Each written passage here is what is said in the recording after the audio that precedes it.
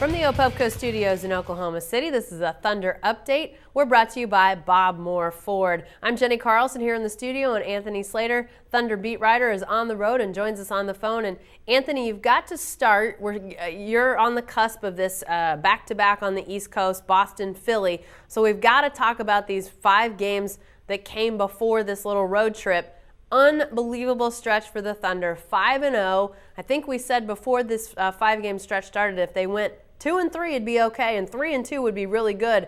5-0. Why have they been so good these last 5 games? Yeah, I mean, like you mentioned, they were 5-5 without Westbrook, heading into last week, and then this daunting schedule. And I mean, like you said, we were a little, worried about what was to come. I think they've cranked up the energy a lot. I mean, their defense has been a lot better. Kenneth Perkins has probably had maybe his best stretch of the season. They're playing more in tune with each other on the defensive end. Everyone's kind of contributing on offense, and then obviously the number one reason is Kevin Durant, the MVP favorite. I mean, that's where everything pretty much starts and ends right now with this team right now. Just with the way he's playing. But that's kind of how they turn around. But, I mean, even with all that, it's still pretty amazing to look back and know that they went 5-0 in 7 days, and 4 of them were against, 4 teams that they could see in the playoffs. Last year we talked a lot about the Nike KD is not nice campaign, and I got to thinking, the KD is not nice may have a little alteration. Don't cross KD when he's mad. He got mad against the Blazers late in that game, and he took over. Man, when he gets possessed by something, he really looks like he can do just about anything. What has impressed you most as he's had this really historic stretch that he's been going through here these last couple weeks? Well, the thing that's impressed me most has been the efficiency. I mean, he was 46-68 in the 3-game stretch shooting. Then I think right now in his last 4, he's something like 58-90. It's just everything's within the flow. And, I mean, there's never a time where you think he's forcing a shot where you're like, man, he really shouldn't have taken that shot. But, he's having a heat check or something like that.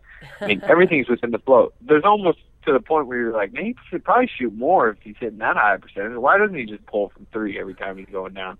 That might be their best percentage shot.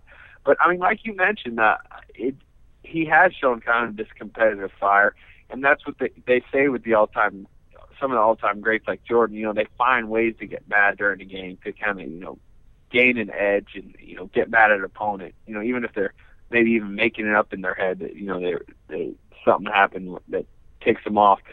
And, even that Portland game, he slams the scorer's table, gets a tee, and then immediately goes off for like 11 points in the next couple minutes.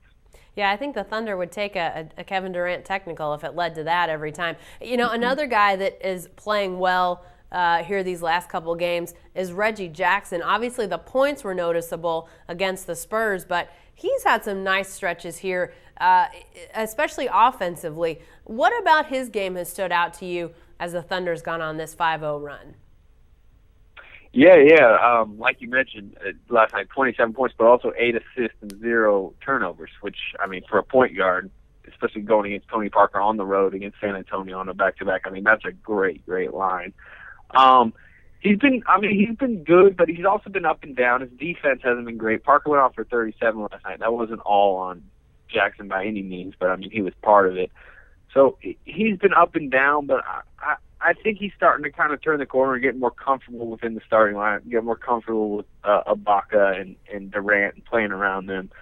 And when he's comfortable, he's good, as we've seen, as a sixth man this year when Westbrook was in the lineup. When he was used to the other players, he was really good then. So I think he's turning the corner a little bit, and we'll see where he goes from here. Obviously, Russell Westbrook comes back at some point, and some people might say, well, a lot of good it does for him to get comfortable. But, Anthony, he's surely going to play quite a few crunch minutes with those guys, crunch time minutes with those guys as this season goes on. I mean, he's looking more and more like he's filling that James Harden role as this season has progressed. Oh, definitely. Even, like you said, when Westbrook gets back, he did it a little bit early in the season. I remember in particular a game actually against the Spurs back in Oklahoma City when he was playing really good, and then they went to their closing time lineup, and then he kind of moved off the ball with Westbrook in, and, he made a couple, nice cuts, and Westbrook actually hit him with a couple nice cuts.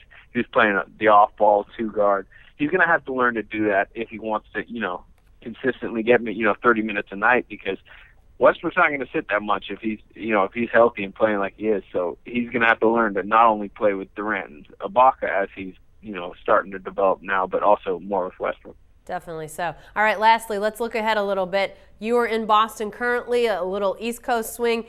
Look at Boston, but also look ahead at what we can expect here in these next few games for the Thunder.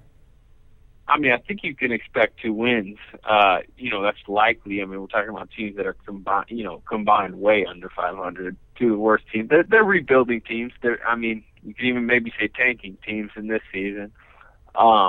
So you would expect them to take care of business. You never know. Obviously, in the NBA, anything can happen. But, there's still some intrigue. Rajon Rondo's back for Boston, and, they always have good crowds.